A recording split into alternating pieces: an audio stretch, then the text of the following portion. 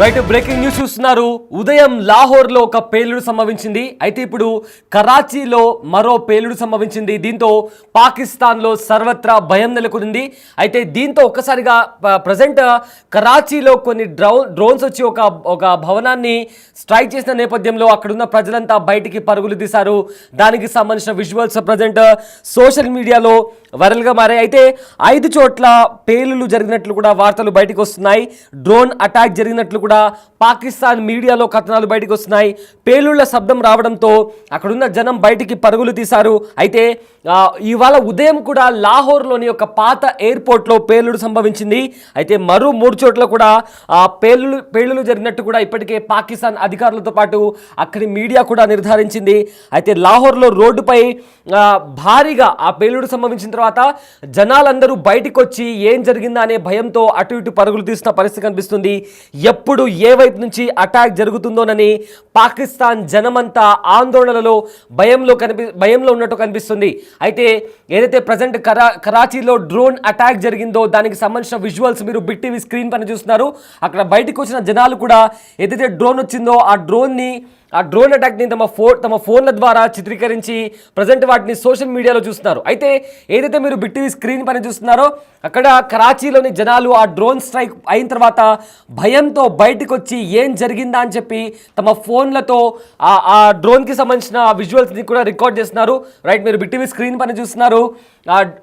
కరాచీలో ఒక డ్రోన్ వచ్చి ఒక భవనం పైన స్ట్రైక్ చేసింది. అంతలో అక్కడున్న పెద్ద శబ్దం వచ్చి పెద్ద పేలుడు సంభవించడంతో అక్కడి ప్రజలంతా బయటికి వచ్చేసి రోడ్లపైన భయంతో పరుగులు తీస్తున్నటువంటి పరిస్థితి కనిపిస్తుంది.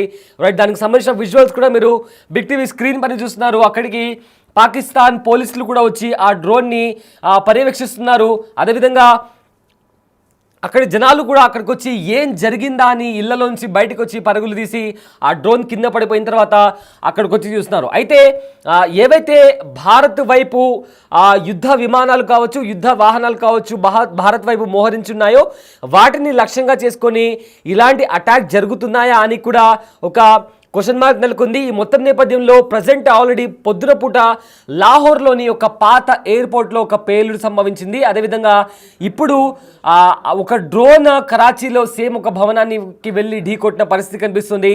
అయితే మొత్తం 5 చోట్ల కూడా ఈ అటాక్ జరిగినట్లు ఇప్పటికే పాకిస్తాన్లో వార్తలు బయటకు వస్తున్నాయి. పాకిస్తాన్ అధికారులు కూడా దీన్ని నిర్ధారించారు. కానీ ఈ అటాక్ జరిపింది ఎవరు అనే దాని గురించి ఇంకా క్లారిటీ రావాల్సి ఉంది. ప్రజెంట్ దానికి సంబంధించిన విజువల్స్ కూడా మీరు బిగ్ టీవీ స్క్రీన్ పైన చూస్తున్నారు. ఎటువైపు నుంచి ఏ అటాక్ జరుగుతుంది అనే నేపథ్యంలో కూడా అక్కడి ప్రజలు భయపడుతున్నటువంటి పరిస్థితి కనిపిస్తుంది. ఎందుకంటే నిన్న బుధవారం ఉదయం 1:30 AM ఆ టైంలో, అంటే 1 o'clock నుంచి 1:30 AM ఆ టైంలో భారత త్రివిధ దళాలు పాకిస్తాన్ అదేవిధంగా పాకిస్తాన్ ఆక్రమిత కాశ్మీర్ పైన మెరుపు దాడులు చేసిన నేపథ్యంలో మొత్తం మీద భారత్ ఇంకా పాకిస్తాన్ మధ్య తీవ్ర హై టెన్షన్ వాతావరణం నెలకొంది. ఈ నేపథ్యంలోనే భారత్ కూడా దీనికి సంబంధించి సింధూర్ 2.0 ఆపరేషన్ చేపడుతుందా అన్న క్వశ్చన్ కూడా రైజ్ అవుతున్న నేపథ్యంలో ఇప్పటికే లాహోర్లో ఒకసారి అదేవిధంగా కరాచీలో కూడా ఒకసారి పేలులు సంభవించినట్టు కూడా తెలుస్తుంది. అయితే దీంట్లో ఎలాంటి క్యాజువాలిటీస్ నమోదు కాకపోయినప్పటికీ కూడా ఆ పేలుడు సంభవించి పెద్ద శబ్దం రావడంతో అక్కడుండే జనాలు భయంతో ఇళ్లలోంచి బయటికి వచ్చేసిన పరిస్థితి కనిపిస్తుంది. సో దానికి సంబంధించిన విజువల్స్ కూడా మీరు బిగ్ టీవీ స్క్రీన్ పైన ఏదైతే మీకు ఆ ఎక్విప్మెంట్ కనిపిస్తుందో ఆ డ్రోన్కి సంబంధించిన ఒక పార్ట్ కూడా ఆ భవనాన్ని ఢీకొట్టిన తర్వాత మిగిలిన పార్ట్ అక్కడ కింద పడిపోయి కనిపిస్తుంది.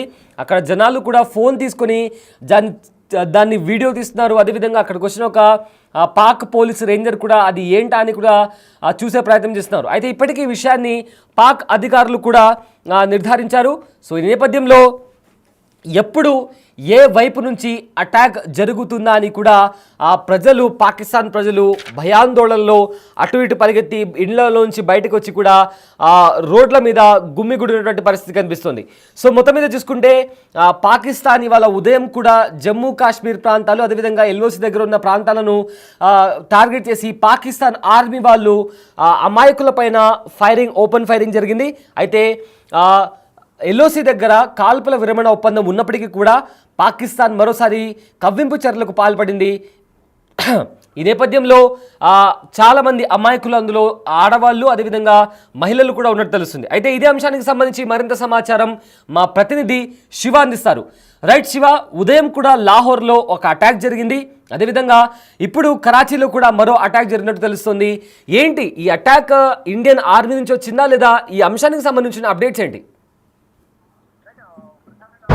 రైట్, ప్రధానంగా సయ్యద్ ఏదైతే ఉగ్రవాదుల స్థావరాలపై భారత్ అటాక్ చేసిన తర్వాత బిక్కుబిక్కుమంటూ కూడా కాలం వెళ్లదీస్తుంది పాకిస్తాన్. ఈ సమయంలో ఇటు లాహోర్, ఇటు కరాచీలో వరుసగా డ్రోన్ల దాడితో భయానక వాతావరణం అయితే పాకిస్తాన్లో కొనసాగుతున్న పరిస్థితి కనిపిస్తోంది.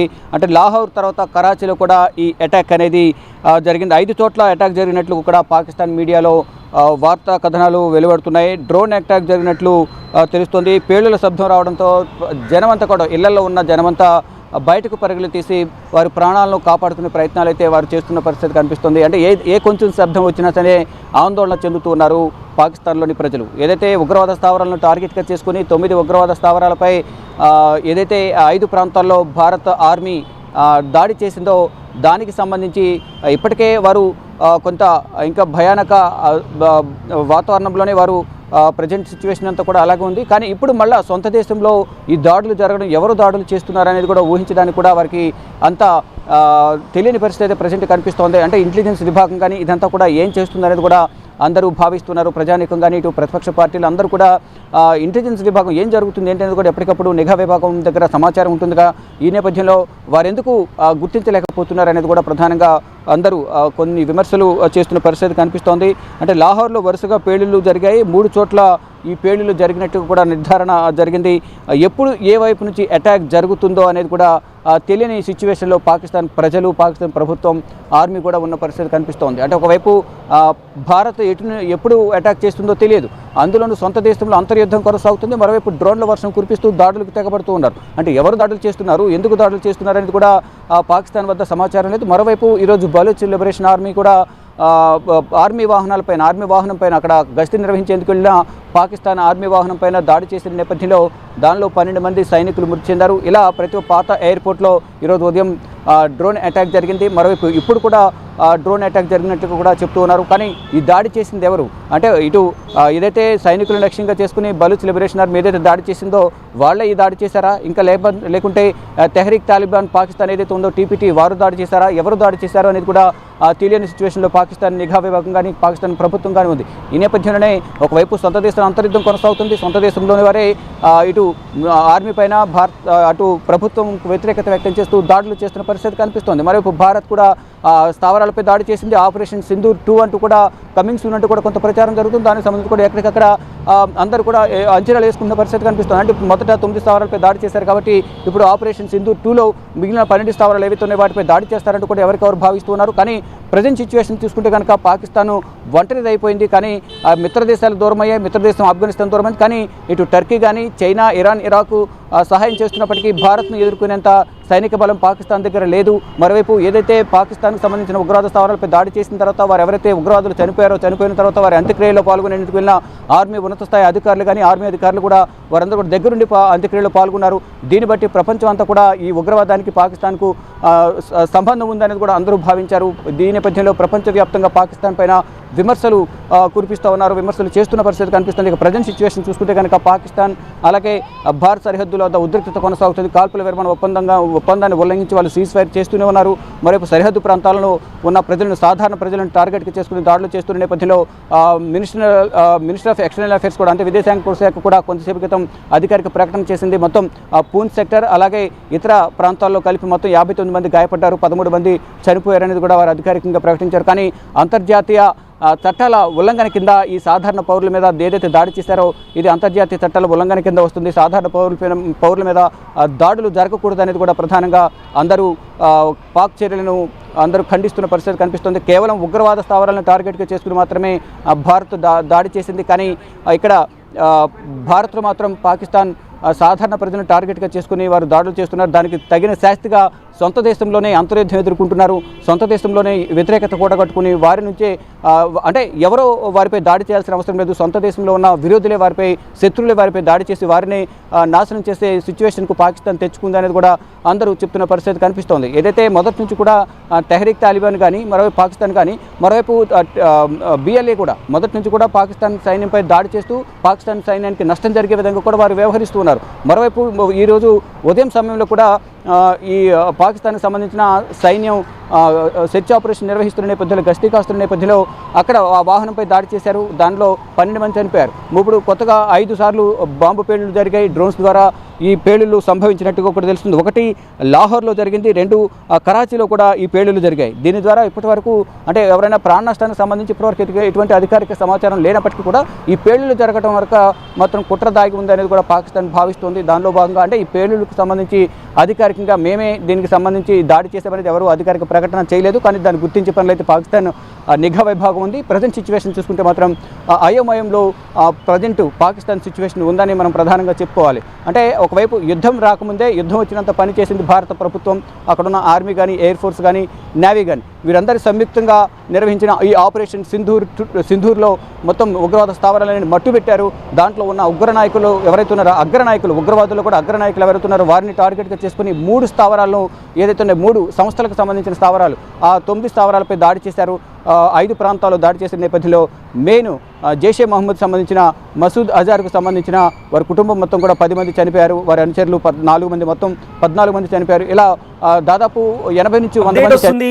సో ఒక ముఖ్యమైన అప్డేట్ వస్తుంది శివ. అదేంటంటే పాకిస్తాన్లో మొత్తం మీద 5 నగరాల్లో కూడా అటాక్ జరిగింది. అయితే వరుస పేలుళ్లతో ఇప్పటికే దద్దరిల్లుతోంది పాకిస్తాన్. లాహోర్తో పాటు 6 నగరాల్లో పేలుళ్లు సంభవించాయి. అందులో లాహోర్, కరాచీ, గోటాకి, గుజ్రావాలా, చక్వాలా, అదేవిధంగా ఇలాంటి ప్రాంతాల్లో కూడా పేలుళ్లు సంభవించాయి. అదేవిధంగా ఉమర్కోట్లో కూడా తాజాగా పేలుళ్లు సంభవించినట్టు తెలుస్తోంది. లాహోర్ ఎయిర్పోర్ట్ ప్రాంతంలో కూడా ఉదయం కూడా పేలుళ్లు సంభవించాయి. అయితే పేలుళ్ల తర్వాత ఎయిర్పోర్ట్ని కూడా కంప్లీట్గా మూసివేశారు. అయితే కరాచీపై డ్రోన్లతో అటాక్ చేసినట్టు కూడా ప్రచారం నడుస్తుంది. అయితే బలూచిస్తాన్ డ్రోన్లను కూడా పాకిస్తాన్ పోలీసులు కూల్ చేసినట్టు తెలుస్తుంది. కరాచీలో ఒక డ్రోన్ కూడా కింద పడినట్టు కూడా అక్కడున్న స్థానికులు చెప్తున్నారు. అయితే మొత్తం మీద చూసుకుంటే వరుసగా పాకిస్తాన్లో 5 చోట్ల లాహోర్, కరాచీ కావచ్చు, గోటాకి, గుజ్రావాలా, చక్వాలా ప్రాంతాల్లో కూడా పేలుళ్లు సంభవిస్తున్నాయి. సో దీంతో పాకిస్తాన్ అంతటా కూడా ఆ భయంతో వణికిపోతున్నట్టు మనకు తెలుస్తుంది. ఇది రీసెంట్గా వచ్చిన బిగ్ బ్రేకింగ్ అప్డేట్. సో మొత్తం మీద పాకిస్తాన్లో ఎక్కడ చూసినా ఇరువైపుల నుంచి డ్రోన్స్ వచ్చి కొన్ని భవనాలను టార్గెట్ చేసి అటాక్ చేస్తున్నాయి. దీంతో అక్కడున్న జనాలు కూడా భయంతో బయటకు వస్తున్న పరిస్థితి కనిపిస్తుంది. రైట్ శివ, దీనికి సంబంధించిన అప్డేట్స్ ఏంటి? రైట్ సయ్యద్, ఒకవైపు భారత్ చేస్తున్న దాడులు, మరోవైపు సొంత దేశంలోని అటాక్లు, బలూచిస్తాన్ కానీ ఇతర వ్యతిరేక వర్గాలు చేస్తున్న దాడులతో పాకిస్తాన్ ప్రజలైతే భయాందోళన వ్యక్తం చేస్తున్నారు. ఉక్కిరిబిక్కిరి అంటూ కూడా వారు పాకిస్తాన్ పరిస్థితి ప్రజెంట్ ఉక్కిరిబిక్కిరి అవుతున్న పరిస్థితి కనిపిస్తోంది.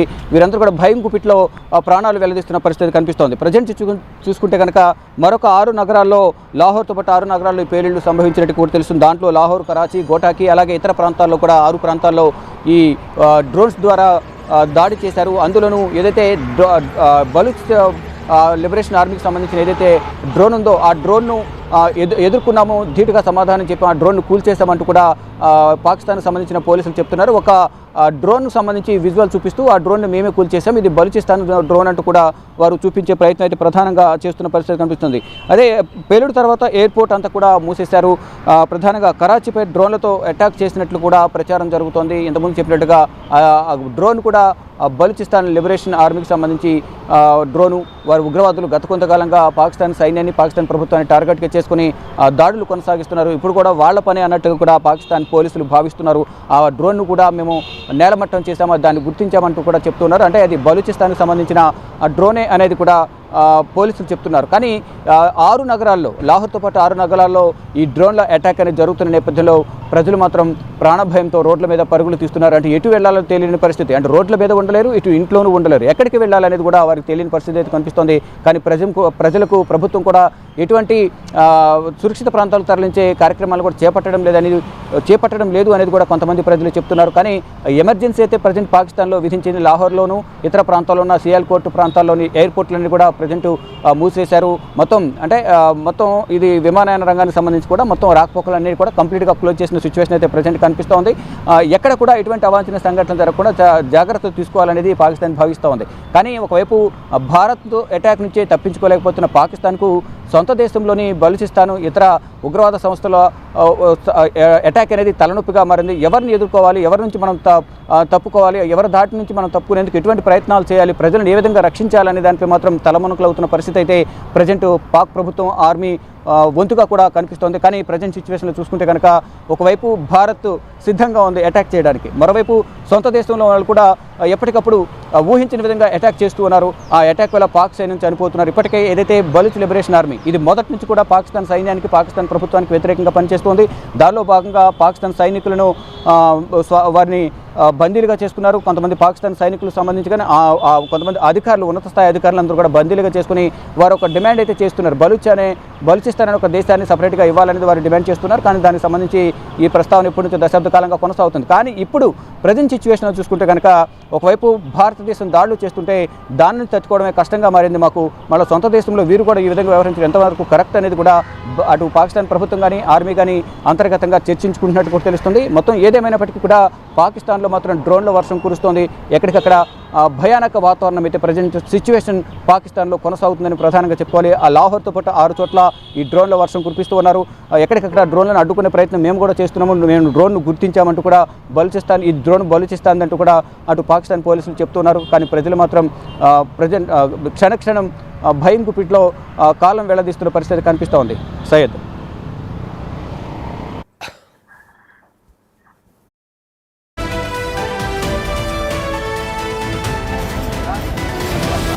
న్యూస్ వస్తుంది.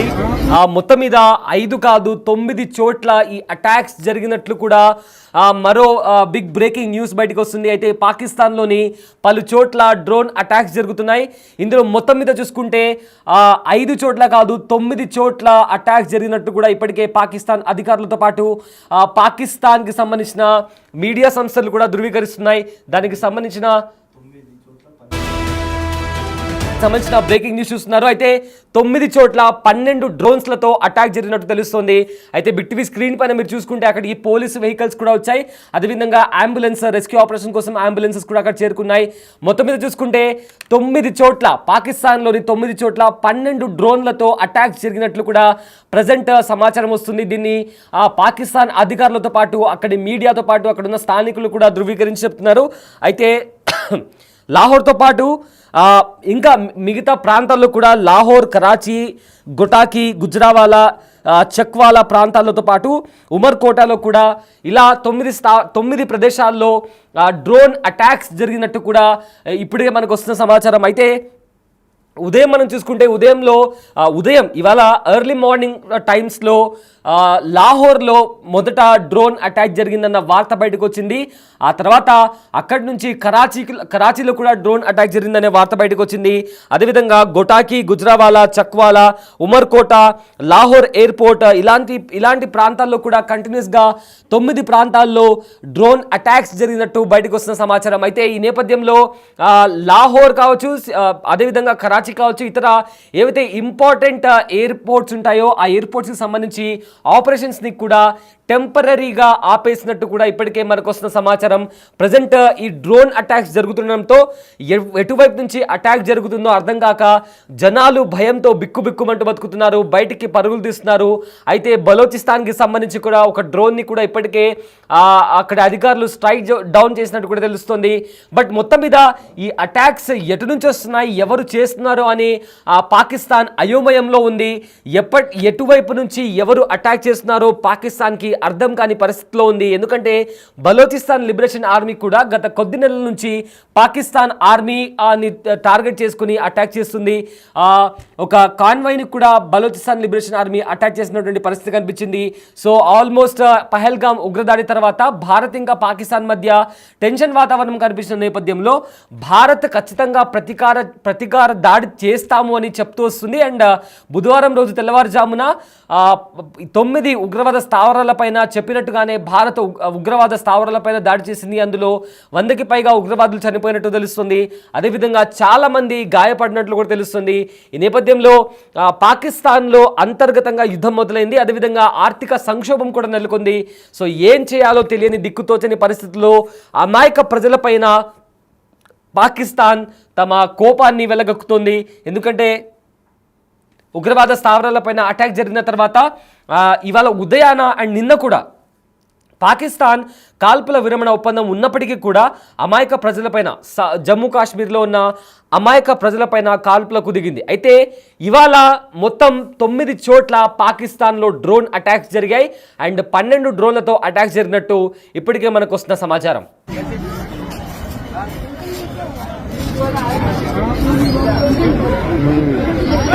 ड्रोन गिर गया इनका ड्रोन गिरा बम गिरा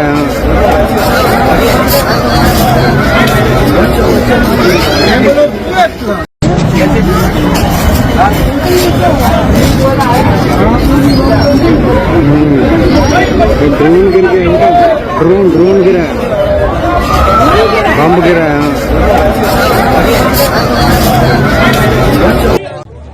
दूर हो जाओ भाई, इससे हट जाओ, ये बम है, ये पड़ जाएगा, मुसीबत पड़ जाएगा ये।